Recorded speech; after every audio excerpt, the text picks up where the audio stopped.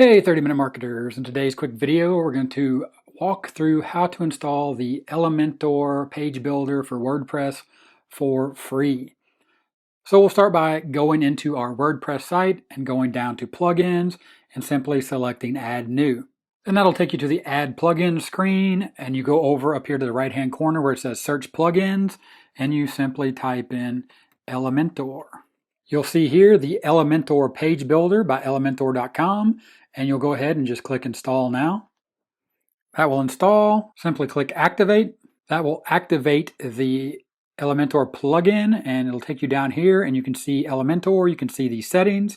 Click on the settings. You can see here that you can have post types for posts, pages, products. You can also have some settings for disable default colors, default fonts. And also you can choose to share your data to become a contributor to Elementor.